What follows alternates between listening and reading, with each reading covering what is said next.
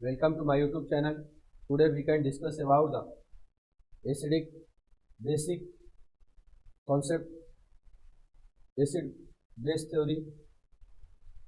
आज हम सब बात करेंगे किस किसने जो है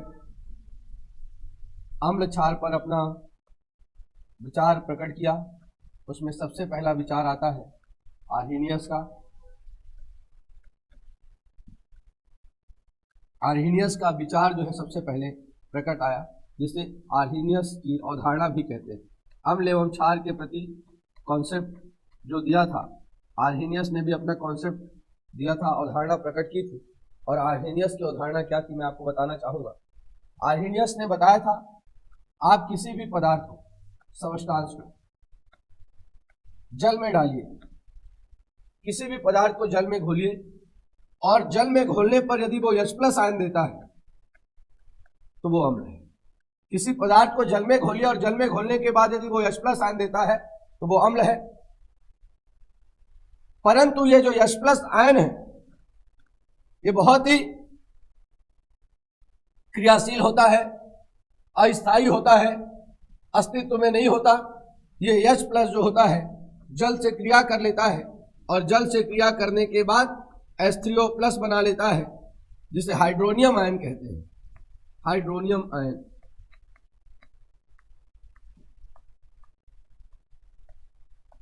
तो जब हम किसी पदार्थ को जल में घोलते हैं, जल में घोलने के बाद H+ आयन प्राप्त होता है।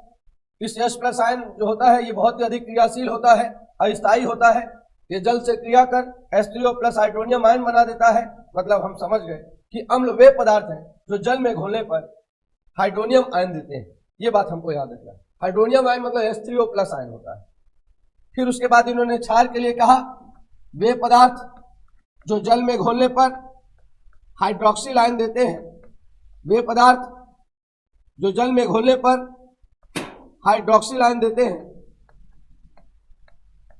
हाइड्रोक्सिल आयन मतलब OH- आयन देते हैं।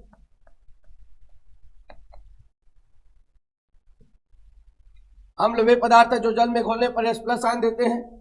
क्षार वे पदार्थ है जो जल में घोलने पर हाइड्रोक्सिल आयन देते हैं, OH- आयन देते हैं। और हम ये जो हमारा OH- आयन है, ठीक है, जैसे NaOH हो गया, इसको जब अपन जल में घोलेंगे तो Na+ में टूट जाएगा और OH- में, और ये हमको हाइड्रोक्सिल आयन दे देगा। और हाइड्रोक्सिल आयन दे देगा मतलब ये क्षार है। लेकिन आर्हीनियस के कॉन्सेप्ट से, जिसको जैसे HCl गैस अवस्था में होता है, हम उसे नहीं बता सकते कि अम्ल अवस्था में है या क्षार अवस्था में। अमोनिया को नहीं क्लियर कर सकते। तो फिर इसको देखते हुए एक अगली थ्योरी आई थी, जिस थ्योरी का नाम था ब्रांस्टेड तथा लॉरी। आर्हीनियस के अवधारणा के बाद जो दूसरी अवधारणा आई वो हमारी ब्रांस्टेड तथा लॉरी थी।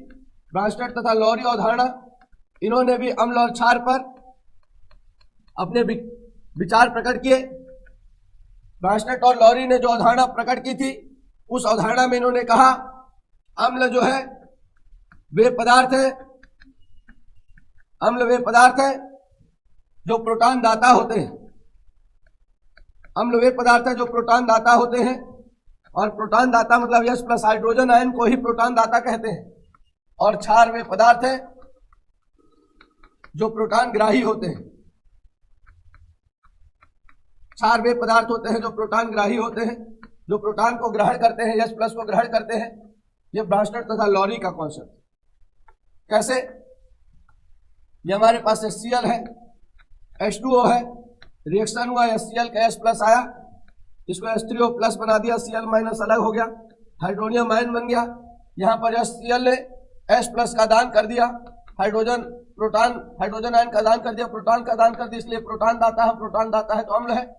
और H2O ने प्रोटॉन को ग्रहण कर लिया, ये प्रोटॉन ग्राही है, और ये प्रोटॉन ग्राही है, इसलिए क्षार है, मतलब ये एसिड है, ये आपका बेस है। ये बात हमको समझना है। जो प्रोटॉन दाता है उसको अम्ल कहा इन्होंने, और जो प्रोटॉन ग्राही था उसको क्षार कहा इन्होंने। ये कॉन्सेप्ट था किसका?